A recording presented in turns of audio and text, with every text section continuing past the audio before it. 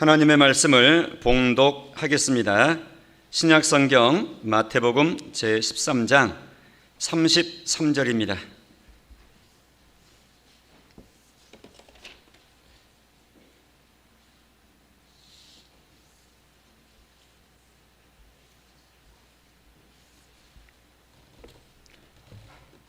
또 비유로 말씀하시되 천국은 마치 여자가 가루 서말 속에 갖다 넣어 전부 부풀게 한 누룩과 같으니라. 아멘. 여러분들은 둘 중에 어느 것이 더 좋은 것인지 한번 구분을 해보십시오. 진짜 같은데 가짜. 근데 가짜 같은데 진짜. 어느 게 좋습니까? 다시 생각해 보시라고요. 진짜같이 똑같이 하고 진짜처럼 말하고 진짜처럼 행동하고, 짐짝이 아니라 진짜처럼 말하고 진짜처럼 행동도 하고 진짜처럼 옷도 입고 이렇게 하는데 가짜야. 또 한 가지는 가짜처럼 하고 있고 가짜처럼 이렇게 행동도 하고 말도 하고 먹기도 하고, 그런데 진짜야. 어느 게 좋습니까? 1번, 2번. 쟤한테 물어보세요. 어느 게 좋냐고 물어보세요. 아니, 어느 게 좋냐고 물어보시라고요. 다 안 좋아요. 속으셨죠? 다 안 좋아, 다 안 좋은 거야. 이제 우리 얘기로 해보면 신자야, 믿는 사람이란 말이에요. 저렇게 열심히 기도하고 저렇게 열심히 전도하고 저렇게 열심히 예배드리고 저렇게 열심히 성경 암송도 하고 성경 공부도 잘하고, 이게 그런데 가짜야. 가짜 신자야. 그럴 수 있어요, 없어요? 그럴 수 있죠. 대표적인 것은 이단에 속한 경우 그렇죠. 드러내놓고. 이단의 경우는 진짜처럼 하지만 그건 가짜죠. 근데 이단이 아니어도 또 그럴 수 있고요. 그런데 또 반대로 아까 얘기했던 것처럼 가짜 같은데 진짜의 경우, 신자도 아닌 것 같아. 신자면 저렇게 말해, 신자면 저렇게 행동해, 신자면 저렇게 주일에 저렇게, 신자면 저렇게 신앙생활 저런 식으로 해. 저거는 분명히 신자 아니야. 신자라면 저렇게 안 하지. 한데 진짜 신자긴 신자야. 제가 드린 질문에 여러분은 속으신 겁니다. 낚이신 거죠? 속았다기보다 낚이신 거죠. 어느 게 좋습니까? 다 안 좋아요. 다 안 좋아. 다 안 좋은 겁니다. 둘 중에 어느 게 좋습니까? 아니, 어느 게 좋냐고. 가짜인데 좋아요? 그 진짜인데 그게 엉터리를 하는데 진짜인데 그 엉터리를 하는데 좋아요? 다 안 좋은 거죠. 그럴 수가 있죠. 답게 하는 것이 좋다. 답게 하는 것이. 지금 우리는 그렇게 신자다운 신자로 잘 우리의 일생 이왕 한번 딱 걸어가는데, 잘 신자다운 신자, 멋진 신자, 매력 있는 신자, 산소 같은 사람, 저런 사람만 있으면 좋겠네 하는 그런 참 신자다운 신자로 이게 서가도록 예수님께서 지금 이런 교훈을 주시는 거죠. 그러니까 이 교훈을 듣고 이 교훈의 말씀을 바탕에 깔고 기도해야 돼요. 그리고 그렇게 나아가야 돼요. 우리는 지난 시간에 겨자씨 비유를 이렇게 살폈습니다. 기억나시죠? 그렇게 조그만데 큰 나무처럼 자라서 이게 놀랍게 변화되는. 그러니까 이것은 소위 말해서 그 외적인 확장성, 외적인 널널이 퍼짐, 세력을 형성함, 그걸 뜻한다 그랬어요. 그래서 목수의 아들로 시작된 복음이 온 세상을 다 정복해 버리는 거예요. 이게 겨자씨처럼 성장하고 확장된 겁니다. 우리나라에도 예를 들었고요. 선교사들이 들어와서 순교로 없어진 것 같았지만 결국 이렇게 세월 지나고 나니까 이렇게 변화됐다고. 오늘 읽었던 한 절, 여기도 역시 천국 비유라고 주님이 하십니다. 그랬잖아요. 33절에 비유로 말씀하시되, 비유입니다. 천국은 마치 이러일과 같으니라. 무엇과 같아 그랬습니까? 여자가 가루 서말 속에 갖다 넣어 전부 부풀게 한 누룩. 다른 복음서에 의하면 이제 반죽이라고도 나오죠. 전부를 부풀게 해. 근데 전부 섞여 있는데 누룩이 보입니까? 안 보이죠.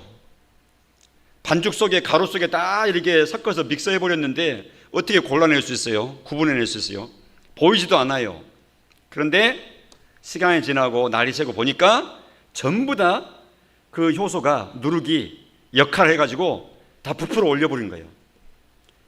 부풀어 올리는데 단 한 부분도 딱딱하게 부풀지 않는 부분이 남아있지 않아요. 전부를 다 부풀게 한 누룩이다. 이렇게 언급하신 가루 서말이라는 이 분량은 10인 가족이 하루 먹는 식사 분량입니다. 당시에. 근데 전부 다 부풀게 버려요.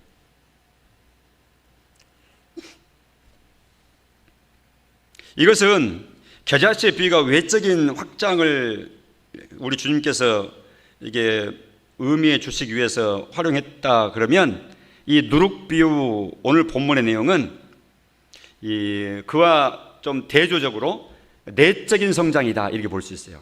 내적인 변화.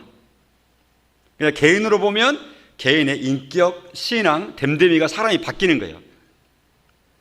소위 말해서 우리가 말할 때 물리적인 변화가 아니고 화학적인 변화라고 말하죠. 물리적인 변화는 모양만 바꾸는 건데 화학적인 변화는 완전히 질이 바뀌어 버린 거예요. 그러니까 나무를 베다가 나무를 자르고 나무를 대패질하고 톱질하고 그다음에 이게 마름질하고 해가지고 매끈매끈하고 그다음에 니스도 칠하고 해가지고 그리고 책상을 만들었어요. 의자를 만들었어요. 이것은 물리적인 변화예요. 그 나무가 그대로 그 나무예요. 이 나무로 있을 때도 나무고 제품으로 책상을 만들었을 때도 역시 그 나무인 거예요. 변화가 없어요. 재질은 똑같잖아요. 모양만 바꾼 것이지. 이런 것을 물리적 변화라 그래요. 근데 화학 변화는 질적으로 완전히 달라져 버린 거예요. 소위 말해서 예수님이 물로 포도주 만드신 것처럼. 물하고 포도주가 완전히 다르잖아요. 그러니까 예수 믿기 전의 사람하고 예수 믿은 사람하고 물리적으로만 변한다 그러면 겉으로만 변한 거예요. 예배당 안 나갔는데 예배당 나가는 것만 변한 거야. 겉으로만. 근데 그 정도는 물리적 변화고, 이 누룩 변화는 물리적 변화와 더불어서 더 근본적으로는 화학 변화, 속까지 완전히 변화해요. 안 보이는 속까지 변화된 거예요. 질적으로. 예수 안 믿는 그 사람이 그렇게 거짓말 잘하고 그렇게 속이기 잘하고 그렇게 이기적인 사람인데, 예수 믿더니 신압으로 조금씩 달라지더니 옛날에 저렇게 안 살았는데, 저런 사람 아니었는데, 옛날에 전혀 찾아볼 수도 없는 이런 사람이 됐네. 저렇게 사람이 착해? 저렇게 사람이 어떻게 저렇게 포용력이 있어? 어떻게 저렇게 양보를 해? 옛날 같으면은 쌈딱처럼 달라들어가지고 전부 채 잡아가지고 전부 자기 품으로만 끌어안고 있을 사람인데, 어떻게 저 사람이 저렇게 여유로운 사람이 됐지? 질적인 변화입니다. 소위 말해서 신앙의 인격이 새롭게 성장하기 시작합니다. 이거 이제 오늘 본문 얘기하는 누룩의 비유가 알려주고자 하는 내용이에요. 그러니까 천국이라고 하는 것, 신앙생활하는 신자들의 모습이라고 하는 것은 이처럼 전부를 부풀게 만드는 영향력 있는 삶을 산다, 변화된 삶을 산다 하는 내용이 바로 이 핵심의 내용입니다.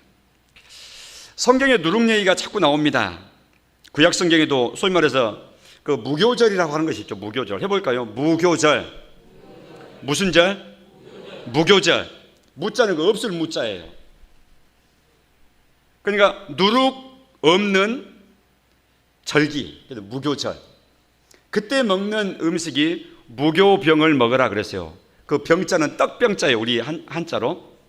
그러니까 누룩을 넣지 않고 만든 떡을 먹는다.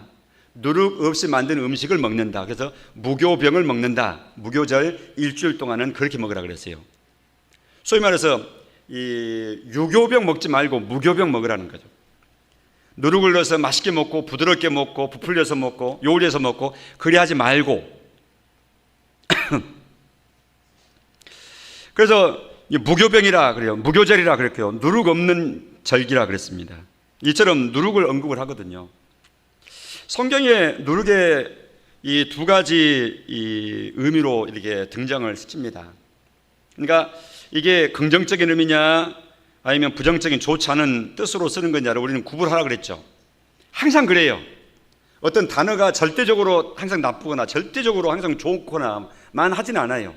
때로는 좋게도 쓰이고 때로는 안 좋게도 쓰이고 이게 그러니까 이건 좋게 쓰이는 경우야 좋지 않게 쓰이는 경우야 이게 이제 우리가 구분하면서 글을 읽고 또 듣기도 하고 해야 돼요. 이건 누룩만 그런 게 아니에요. 여러 가지 의미가 다 그래요. 예를 들어 뱀 같은 경우 생각해보세요. 뱀. 여러분 뱀 그러면 좋은 뜻으로 쓰여요? 안 좋은 뜻으로 쓰여요? 성경에 둘 다 쓰여요. 좋은 뜻으로도 쓰이고 안 좋은 뜻으로도 쓰여요. 그럼 여러분들 생각에 여러분들 지금 아는 범위 내에서 좋지 않은 뜻으로 뱀이 언급될 때가 어떤 경우가 있던가요? 뱀 어떤 때 안 좋아요? 성경에 예, 하와를 유혹하는 뱀. 그 뱀은 뭐예요? 사탄이에요. 뱀이 사탄이죠. 안 좋은 뜻을 쓰는 것이죠. 그 다음에 예수님께서 막 이게 얼굴이 빨개져가지고 막 소리를 지르면서 이 독사의 뱀이잖아요. 뱀 종이잖아요. 이 독사의 자식들아 예수님 입에서 막 욕이 막 엄청난 폭발적인 욕이 이 뱀의 자식들아 이렇게 바리새인들 서기관들에 대해 그 안 좋은 뜻이잖아요. 근데 뱀이 좋은 뜻으로 쓰여요. 어떤 데 그렇죠? 역시 우리 오약교회 식구들이 또 실력도 있으십니다. 어떤 때 그런 말씀 하셨죠? 그렇죠. 마태복음 10장에 예수님께서 이 제자들을 2명씩 짝지어서 이 파송을 하실 때 너희를 보내는 것이 그 이리들 틈에 양새끼를 보낸 것처럼 아슬아슬하다. 그러니까 여러분들은 이제부터 아주 특별하게 지혜롭게 처신을 해야 된다. 지혜롭게 처신해야 된다. 그때 주님은 뱀을 등장시켜서 언급했어요. 뱀같이 지혜로워라. 해봅시다. 뱀같이 지혜롭게. 이때는 좋은 뜻으로 쓰인 거예요. 하나님이 뱀을 잘 만드셨을까요? 잘못 만드셨을까요? 예? 뱀을 만드신 하나님. 좀 징그럽습니까? 뱀을 만드신 하나님. 하나님께서 잘 만드셨어요? 잘못 만드셨어요? 왜 대답을 안 하세요? 이쪽 줄은. 나는 뱀 싫어.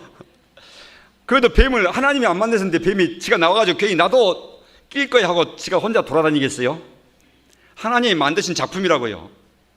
만들어 놓으시고 하시는 이 평가는 보시기에 심히 좋았더라. 뱀을 만들어 놓으시고 하나님은 너무너무 잘 만들었다고 좋아하신 거예요. 그러나 지금의 뱀의 모습은 변형된 뱀이죠. 원래 아름다운 모습은 아니죠. 지금은 죄악 때문에 다 틀리고 원래의 아름다운 폼이 다 바뀌고 그랬어요. 그러니까 지금 모습 가지고 오해하시면 안 돼요. 하나님은 뱀도 아주 잘 만드신 만족스럽게 만드셨어요. 그리고 이 창세기에 그 뱀이 나오는 그 본문에 의하면 여호와께서 만드신 들짐승 중에 뱀이 가장 간교하더라 그랬잖아요. 설명드렸는데 가장 간교하다는 그 말이 가장 지혜롭다는 뜻이에요. 그 말이. 그래서 예수님도 만드셨던 예수님이 창조주시잖아요. 예수님 직접 뱀 만드신 하나님이시잖아요. 그분이 내가 만든 뱀의 지혜를 여러분 알지? 그러니까 뱀처럼 지혜로워야 돼. 만드신 그 하나님이신 예수님이 창조사에 동참하셨던 하나님이 또 그 말씀 직접 하시는 그러니까 인정하신 거잖아요. 뱀이 지혜로운 것을. 그 뱀을 뱀이 이제 그 지혜가 하나님 떠나버린 이 사탄의 도구로 쓰임 받으니까 그 지혜로운 만큼 하나님의 명령을 직접 받은 아담 하와까지라도 다 넘어뜨려 버릴 정도로 그 지혜가 무서운 지혜였던 거예요. 그것이 사탄에게 사로잡혀가지고 쓰이니까 인류를 곤두박질 쳐버리게 만들잖아요. 요즘도 마찬가지잖아요. 그런 모습은 공부 많이 한 사람은 크게 사고치고 범죄를 크게 하잖아요. 우리처럼 공부 적게 하고 영향력이 적은 사람은요, 죄를 져도 조그맣게 못 져요. 많이 큰 죄도 못 져요. 그런 영향도 안 돼요. 그런 거예요, 그게. 그러니까 많이 지혜롭고 많이 가지고 중요한 게 아니라 사탄에게 사로잡힌 생각으로 있느냐, 하나님께 드리는 마음으로 있느냐, 이게 중요한 거죠. 다시 돌아와서 이처럼 성경 속에 나오는 등장하는 모든 이런 내용들은 이게 지금 어떤 의미로냐를 항상 주의해서 보시라 그랬어요. 고정적으로 아예 딱 그렇게 편견식으로 보지 마시고, 우리 오늘 주제가 되는 누룩도 마찬가지예요. 누룩도 부정적인 의미와 긍정적인 의미로 성경에는 다 쓰여요. 오늘 본문은 아주 긍정적인 측면이죠. 그렇잖아요. 천국은 마치 누룩과 같다 그랬잖아요. 그냥 좋은 뜻으로 쓰인 거예요. 누룩의 이게 전염성, 누룩의 이렇게 발효성, 영향력을 끼쳐서 모두가 다 이게 누룩의 영양분하에 그 한 통에 들어있는 모든 반죽은 그 속에 섞여 있는 누룩의 영향을 다 받게 해요. 그 정도로 누룩은 이게 발효가 돼서 모두에 대한 영향력을 끼친다는 그런 아주 긍정적인 측면으로 오늘 본문을 쓰신 거예요. 그러나 구분할 것 있죠. 부정적으로 쓰인 것도 있죠. 갈라디아 교회가 믿어서만 구원받느냐, 그렇지 않아 하고 거짓 교사들이 하는 말에 쏙 빠졌어요. 기가 빨려가지고. 그래서 그러면 예수를 믿을 뿐만 아니라 또 뭐 해야 돼요? 예수님 믿고 그 다음에 거기다 더해서 할례를 받아야 돼. 구약의 하나님 백성 표시로 아브라함 때부터 할례해 왔잖아. 지금도 여전히 그거 받아야 되는 거야. 이 말에 쏙 마음을 뺏겨가지고 예수님을 믿는 갈라디아 교회 성도들이 또 할례도 받아 할례 하면서 이렇게 쏘가 넘어갔던 것이죠. 근데 그 내용이 온 갈라디아 교회 성도들한테 막 급속히 퍼져나가는 거예요. 그래서 사도 바울이 그런 소식을 듣고 아주 급하고 간절한 마음으로 서신을 써서 보낸 것이 오늘날 우리가 읽는 갈라디아서라고 하는 서신입니다. 그 속에 보면 5장 9절에 그렇게 말해요. 적은 누룩이 온 덩이에 퍼지느니라.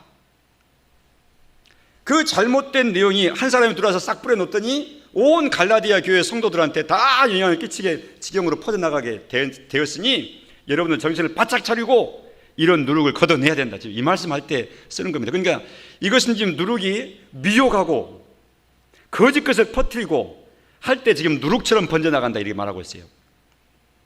죄 짓는 것도 역시 마찬가지예요. 누룩처럼 번져나가는 거예요. 고린도전서 5장 7절에 보면 사도 바울이 고린도 교회 성도들한테 하는 말입니다. 누룩을 언급합니다.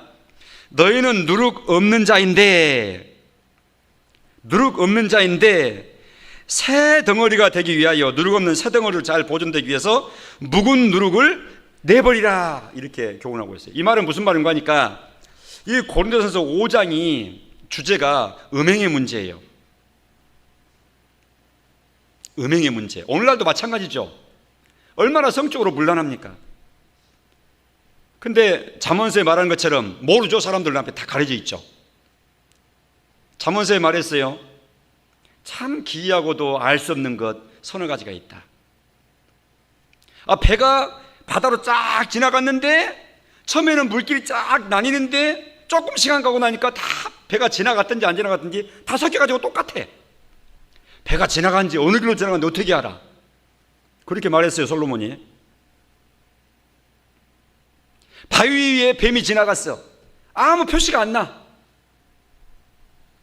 분명히 지나가긴 지나갔는데 모래밭이나 지나갔으면 표시라도 나지만 바위 위에 뱀이 기어갔다고 무슨 표시가 남습니까? 그것처럼 음녀가 지나가는 것도 그렇다.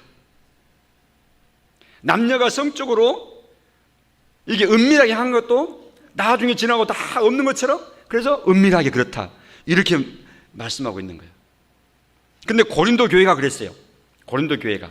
고린도는 거의 항구 도시입니다. 그래서 수많은 무역선들이 머무르고요, 외지인들이 머무르고요, 집 떠나온 외국인들이 많고요. 그래서 그곳에 많은 사창가가 발달이 됐어요. 윤락촌이. 그래서 당시의 말 중에서 심지어는 고린도에 간다 하는 관용어가 생길 정도였어요. 그 말은 우리가 가서 질탕하게 마음껏 부어라 마셔라 즐겨라 하고 오자, 한번 놀고 오자, 이런 뜻으로 고린도에 가자, 당시에는 그렇게 썼다 그랬어요. 그 정도로 고린도는 아주 방탕하고 부패하고 성적으로 문란한 곳이었어요. 그런데 그런 사람들 중에서도 복음이 들어가자 택한 백성이 있어서 하나님께서 예수 믿는 사람으로 거듭나도록 하신 분이 하나님이세요. 이 세상에 천하의 죄인 중에서도 구원받지 못할 사람은 없어요. 하나님께서 구원하지 않으실 사람이 없어요. 다 구원하세요. 그런데 구원받아서 세례받고 하나님 백성 되었는데 묵은 누룩을 내버리라 하는 이 표현처럼 옛날의 그 행태를 아직도 끝까지 다 정리하지 못하고 가끔씩 또 옛날로 돌아가서 옛 생활을 하는 사람이, 그런 성도가 아직 있다 그 말이죠. 그래서 주님이 이 바울을 통해서 경고하시는 거예요. 묵은 누룩을 내버려라. 너희는 누룩 없는 새 덩어리가 돼야 되는데, 이제 변화되는데 아직도 묵은 누룩에 영양권이 있으면 되겠느냐 하고, 그런 죄악의 아주 전염성, 죄악의 끈질긴 그런 이 집요성, 이런 것들을 비유할 때 누룩이다 이렇게 말하고 있어요. 이건 부정적으로 쓰인 겁니다. 그런가 하면 누가복음 12장 21절에 예수님께서 제자들한테 이렇게 말해요. 바리새인들의 누룩을 주의하라. 여기서는 누가복음에서는 아예 쉽게 누룩이 뭘 의미하는지 해석까지 딱 적어놨죠. 뭡니까 누룩이? 저 화면 보세요. 누룩이 뭡니까? 바리새인의 누룩을 주의하라 그랬는데, 다른 말로 하면 무슨 말이에요? 바리새인의 외식을 주의하라, 이런 뜻으로 누룩을 썼다고요. 외식이라고 하는 것은 바깥 외자에 꾸밀 식자예요. 장식할 식자예요. 그러니까 밖을 꾸민다, 외식. 겉을 꾸민다는 거예요. 여러분들이 익숙하게 하듯이 화장한다는 말입니다. 화장하면 속에 티가 다 가려지잖아요. 왜요? 화장이라고 그러기도 하고, 어떤 사람은 분장이라고 하기도 하고, 어떤 사람은 위장이라고 하기도 하고 여러 가지로 말하대요. 화장은 결국 한 가지 그런 뜻이다. 가린 거잖아요. 그리고 아름답게 보이게 만드는 거잖아요. 이건 좋은 뜻으로, 우리는 좋은 뜻으로 하는 것이 화장이고, 그러나 외식이라고 하는 것은, 바리새인 외식이라는 것은 말을 거룩하게 하고 하나님의 말씀을 막 이렇게 가르치고 하는데, 행동은 그 보이는 또 가르치는 내용과는 전혀 다른 탐욕과 부패와 음란과 이렇게 행하는 거예요. 그냥 겉과 속이 같지 않는 것을 외식이라 이렇게 말했는데, 이 외식을 하나님께서 누룩이다 이렇게 말했어요. 우리 중에도 겉만 꾸미고 목사님 오신다 조심해라, 성도 누가 본다 그거 치워라 이렇게. 근데 실제로는 하나님이 다 보시는데, 마치 하나님이 맹인이라도 되신 것처럼, 하나님이 시각장애인이라도 되신 분 양 하나님을 그렇게 대우를 하세요. 사람들이 설치한 CCTV만 있어도 사람들이 행동을 조심하는데, 하나님은 사람들이 만들어 놓은 CCTV 눈보다도 더 못 보시는 그런 난시의 하나님이나 되신 것처럼, 하나님 앞에서 그렇게 하나님을 무시하고 하나님을 이게 깔보고 그렇게 행동하는, 꼭 진짜인데도 성도가 실수해가지고 그런 가짜처럼, 아까 설명했잖아요. 진짜인데 꼭 가짜처럼 해. 우리는 거기서 벗어나야 돼요. 혹시 그런 이 모습이 나의 모습 가운데 느껴진다 그러면 옳지 않기 때문에. 이처럼 누룩에 대해서 이런 잘못된 죄의 문제, 퍼져나가는 거짓 교리의 문제, 이런 외식의 문제, 이거 다 누룩으로 비유를 했어요. 그런데 오늘 가루 세마리에 갖다 넣어 전부를 부풀게 한 누룩이다. 아주 좋은 뜻으로 이 부풀리는 이 효소의 능력을 그렇게 썼어요. 천국 비유입니다. 보이지 않게 섞여 있는 성도지만 아주 강력한 변화의 출발점이 되는 거예요. 가정에 믿는 사람이 한 사람이 있으면 가정이 달라져요. 직장 속에 믿는 사람이 신실한 하나님의 백성이 섞여서 직장생활을 하게 되면 그 속에 서서히 달라지게 되어 있어요. 왜냐하면 그 사람이 능력이 있는 게 아니라 그 사람 속에 모시고 사는 예수님이 능력 있는 분이니까. 그래서 한 개인도, 가정도, 심지어는 한 나라도, 우리나라는 아주 무속이 충만했던 나라예요. 선교사님들이 와서 보니까 뼈가 희도록 농번기에 일하고 추수가 다 끝나고 나면은 또 긴 겨울철 내내 그렇게 온 나라가 휘청대고 담배를 그렇게 피워가면서 오소리 잡듯이 담배를 피고 골방에 앉아가지고 그러면서 겨울철 내내 맞아 그래. 도박. 겨울철 내내 맞아 그래. 골방에 모여 담배 피면서. 그리고 집집마다 다 술 항아리를 담아가지고 다 술을 빚어서 온 나라가 다 술통에 다 젖어 있어요. 선교사들의 눈으로, 서양 선교사들의 눈으로 보았을 때 조선 말에 이 민족의 이 땅이 그랬다 그 말이죠. 복음의 눈빛으로 보면 아주 어둡고 깜깜하고 아주 냄새나는 그런 나라예요. 그래서 선교사님들이 그랬어요. 야소교를 믿어서, 그때 당시에는 야소교라고 그랬어요. 교회당을 나올 사람들은 술을 먹으면 안 된다. 술 먹지 말아라. 이렇게 정했던 거예요. 그것이 우리 사회를 바꾼 거죠. 어느 정도. 예를 들면 담배를 피우지 말아라 이렇게 했죠. 건강이 안 좋으니까 당연하죠. 하나님이 지으시니 건강을 잘 유지하고 이 몸 가지고 참 힘써 건강을 누리며 행복하게 살아야 되는데 그렇게 굴 속에서 막 담배 피듯이 모여 앉아가지고 그러게 있으니까. 그리고 또 그때 했던 익숙한 내용들이 사회 문제가 축첩하는 거였어요. 축첩. 온 사회가. 가정이 문란했죠. 그러니까. 그런 제도를 세우고. 그러니까 복음이 들어가면 사회가 바뀌는 겁니다. 복음이 들어와서 농촌운동하고 야학운동하고 병원 세워서 막 환자들 치료하고 이 사회가 그래서 한국이 복음 때문에 이렇게 근두가 된 거예요.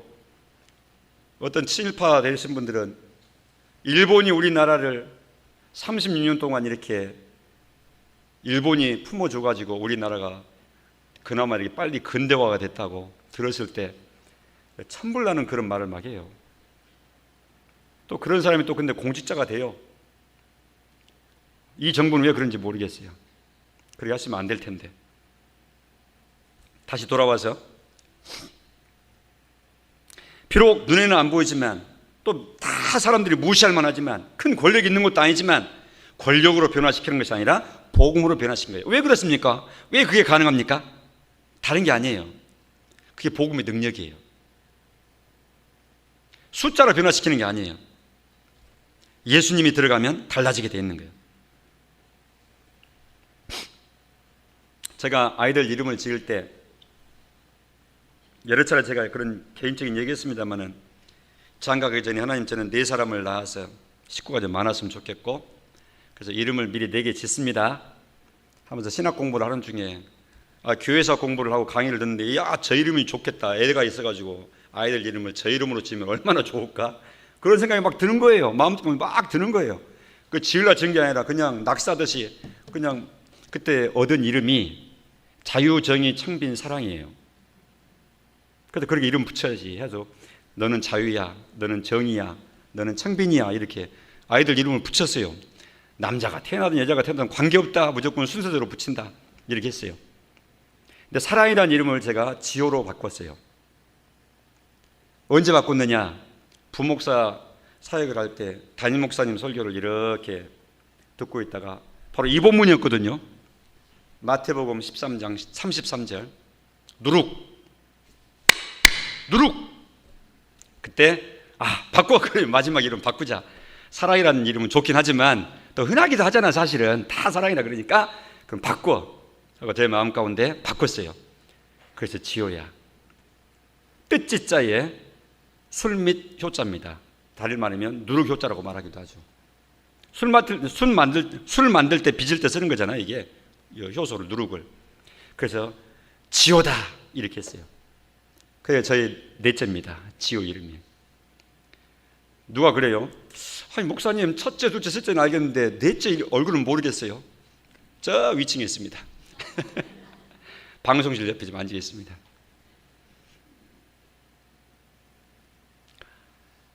하나님의 뜻이 누룩처럼 가루 서말에 전부 더 부풀게 한 누룩 이렇게 말했는데, 아이의 인생을 통해서 행할 때 하나님의 뜻이 누룩처럼 번졌으면 좋겠다는 아빠의 마음을 담은 거죠.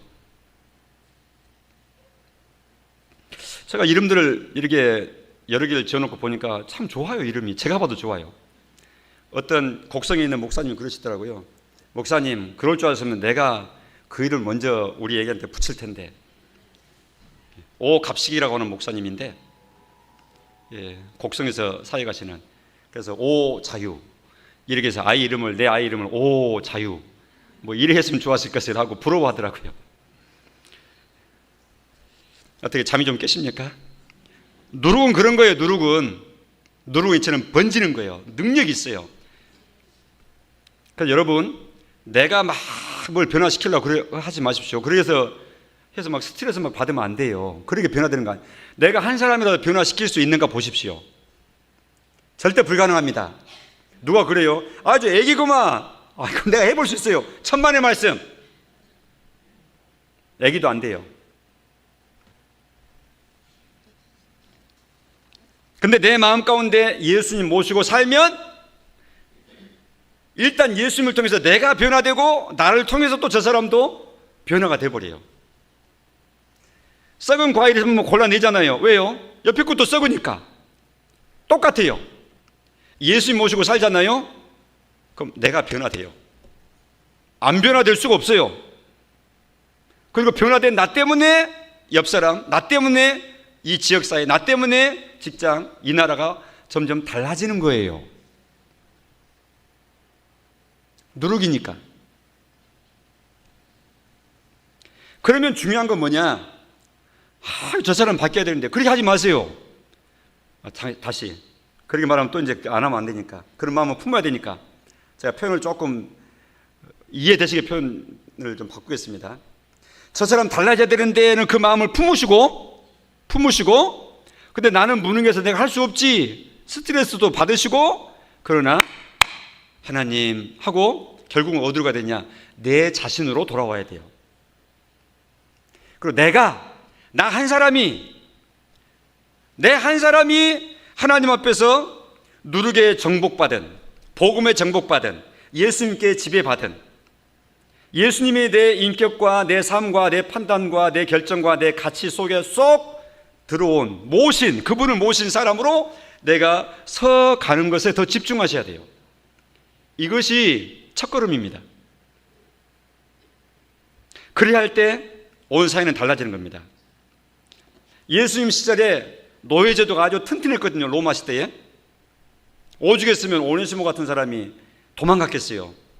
로마 사회는 노예로 유지되는 사회이기 때문에 노예가 도망가면 사회가 문란해져요. 질서가 무너져요. 그러니까 도망간 노예는 사형, 이렇게 돼 있는 거예요. 근데 오네시모는 죽을 각오하고 도망가 버렸어요. 로마까지 도망갔어요. 골로새에서 살던 사람이 저 멀리 국경 넘어서. 근데 바울을 만났어요. 도망간 노예인 오네시모가 바울을 통해서 복음을 받아들이고 예수의 사람으로 변화됐어요. 그리고 죽으면 죽으리라 옛 주인 도망쳐는 이 빌레몬에게 돌아간 거예요. 완전히 오네시모가 변화되어 버렸거든요. 그래서 주인이 죽인다 그래서 저는 이제 돌아가서 내가 이제 예수님 모시고 새로운 사람 됐는데 돌아갈랍니다. 바울이 또 돌아가라, 인사하고 가라. 예, 돌아갔어요. 나중에 오네시모는 자유인이 됐어요. 목회하는 목회자로 생을 마감한 걸로 알려져 있는 사람이에요. 예수님 제자 중에 칼을 품고 다녔거든요. 열혈당에 있어서 저 로마 정권을 무너뜨리려면 요인을 죽여야 된대요. 기회가 되면 칼을 꽂아가지고 죽이래. 가지고 항상 어느 때 쓸지 모르니까 칼을 품고 다녀. 예수님 제자 중에는 그런 사람도 있었어요. 그러나 예수님은 칼을 쓰면 칼로 망한다. 칼 집어넣어라. 예수님은 칼을 들고 와서 잡는 그 무리들한테 몸을 맡기는 거예요. 나를 잡는데 내두는 거예요. 하나님의 뜻을 이루어야지. 예수님이 힘이 없어 그렇게 하신 거 아니에요. 무력하게 보이는 그 모습을 통해서 하나님의 뜻을 지금 이루어가고 있는 중이에요. 우리가 예수 믿는다 그러면 사람들이 아이고 힘도 없고 뭐 뺨 쳐도 뭐 아이고 이거 또 다른 쪽 뺨도 대면서 저들은 밟아도 되고 뭐 무시해도 되고 상관없어. 막된 사람들은 그렇게 막 대할 정도로 할 수 있죠. 근데 힘이 없어 그런 게 아니에요. 싸울 줄 몰라서 그런 게 아니에요. 더 큰 능력을 알고 있기 때문에 또 그 더 큰 능력을 체험하고 실행하고 있기 때문에 그냥 그 넘어갈 수 있는 거예요. 칠 때 함께 치는 것은 못 참아서 치는 거예요. 치는데 안 칠 수 있는 것은 쳐야 되는 그것을 참을 수 있는 더 큰 능력이 있기 때문에 그렇게 하는 거예요. 무슨 말인지 아시겠죠? 예수님이 그렇게 하셨어요. 그런데 그렇게 해서 힘없이 십자가에서 33세의 나이로 처형을 당해서 죽어버린 예수인데 그 예수가 지금은 온 세계를 정복해버린 거예요. 알렉산더의 유명한 말이 있어요. 알렉산더는 33살의 젊은 나이로 죽었죠. 다 정복할 탕이 저렇게 많이 남았는데 다 정복하지 못하고 난 죽는다. 그런데 예수는 칼 한 자루도 없었지만 온 세상을 다 정복했지. 나는 칼로 더 정복 못하지만 예수는 칼 없이 세상을 정복했구나. 이리하면서 알렉산더는 정복하지 못한 땅을 바라보면서 아쉬워하고 탄식했다는 그런 말이 전이 오잖아요. 여러분 동의하십니까? 그 말을 이해를 잘 하셔야 되는 우리 마음 가운데 내가 변화되면 되는 거예요. 내가 되면. 그러니까 남편이 아내를 볼 때 저 사람이 달라졌네. 나랑 같이 교회 갑시다. 예수 믿으세요. 이렇게 우리가 말도 해야 되지만 더 먼저는 내가 예수님 잘 모시고 예수님을 잘 따라가면 또 예수닮게 작은 예수가 되는 이런 변화가 내 마음 가운데 이렇게 자꾸 생겨나게 되면 남편의 마음도 달라져 가게 되는 거예요. 하나님 그렇게 하시겠다 그랬어요. 왜냐하면 가장 가까이서 나를 보는 사람이 그 사람이거든요. 목사님이 마음 먹고 찾아가면 1년에 한 번 찾아갈 수 있지만 아내 된 나는 또 남편 된 나는 부부간에 같이 살 때 날마다 보잖아요. 그러니까 나의 모습을 항상 보는 그 사람이 변화되는 그리스도인인 나를 통해서 느끼는 거예요. 예수님은 그렇게 일하시는 분이에요.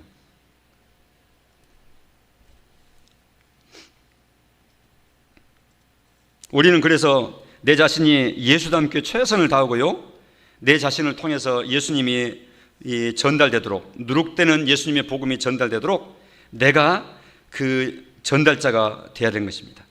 사도행전 2장 47절에 초대교회 모습을 말씀하는데 하나님을 찬미하며 또 온 백성에게 칭송을 받으니, 여기 온 백성에게 칭송을 받으니 그랬어요. 지역사회에서, 한국 사회에서 예수 믿는 사람들이 칭송받았다는 거예요. 비난 안 받았어요. 초대교회는. 우리 한국 사회에서 그냥 말로 저 것들이, 저 괄호치고 것들이. 그러면서 누구 얘기한 것 같더니 예수 믿는 나를 향해서 그러네. 저 뭐뭐한 것들이 하면서 막 하대하는 그런 표현을 막 함부로 해요. 그것은 저분들이 막 악해서만 그런 게 아니라 상식선에 넘지 못하는 상식 이하의 어떤 행동의 모습이 드러날 때 하는 말들이잖아요. 그것은 우리가 그렇게 한다는 것이죠. 그러니까 그런 말을 듣게 행동을 하니까 그런 말을 하죠. 괜히 있는데 욕하겠습니까? 그러면 내 자신을 성찰해야 되는 것이죠. 예수님을 따라가지 못하는 내 자신을 회개해야 되는 것이고요, 내 자신을 탓해야 되는 것이고요. 그런 경우가 많습니다. 그래서 온 백성에게 칭송을 받으니 해서 끝난 게 아니라 그 결과로 주께서 구원받는 사람을 날마다 더하게 하시니라, 초대교회는 그렇게 됐어요. 예수 믿는 사람들을 보고 칭찬하더니 자기들도 칭찬하는 그쪽으로 몰려온 거예요. 이것이 초대교회의 복음이 누룩처럼 번져나갔던 모습입니다. 우리가 아무리 전도 특공대를 하고 전도 대회를 하고 초청주의를 하고 뭐 선물을 갖다 주고 해서 믿는 게 아니라 먼저 기본은 누룩처럼 착하고 신실하고 성실하고 이런 사람으로 내가 예수 닮는 사람으로 먼저 서가는 것이 중요한 거예요. 그럴 때 주변에는 그렇게 할 때 주변에는 우리도 몰랐던 사이에 내 옆에 저 사람도 나도 예수 믿어야 되는데 나도 믿고 싶은데 나도 나가야 되겠다 이런 마음들로 예비 신자들로 가득 차게 되는 거예요. 우리 주변에. 그게 강력한 변화의 출발점인 거예요. 천국은 그런 것이다. 천국 복음은 그렇게 영향을 끼치는 것이다. 이렇게 말씀했습니다. 그렇다 그러면 오늘 말씀을 받는 우리는 우리 자신이 먼저 그 예수님께 집중하고 예수님 따라서 주님 말씀 따라서 내가 그렇게 따라 나가고 예수님 따라서 순종해 나가고 이렇게 나가는 것입니다. 오늘 말씀 읽고 마치겠습니다. 다 같이 시작. 또 비유로 말씀하시되 천국은 마치 여자가 가루 서말 속에 갖다 넣어 전부 부풀게 한 누룩과 같으니라. 아멘. 하나님 아버지 감사합니다. 비유의 말씀 우리가 잘 이해하겠습니다. 하나님 잘 들었습니다. 우리가 누룩과 같은 천국 복음 예수님의 말씀 마음 가운데 잘 담고 제 자신이 정복당하기를 원합니다. 저를 온전히 지배하여 주시고 다스려 주시기를 원합니다. 그런 사람으로 우리가 박혀있는 가정, 직장, 이 지역사회, 이 대한민국이 또한 예수 복음으로 새롭게 서가는 복된 나라 모든 각 공동체들이 될 수 있도록 하나님이 우리를 귀하게 사용하여 주시고 역사하여 주옵소서. 예수님 이름으로 기도합니다. 아멘.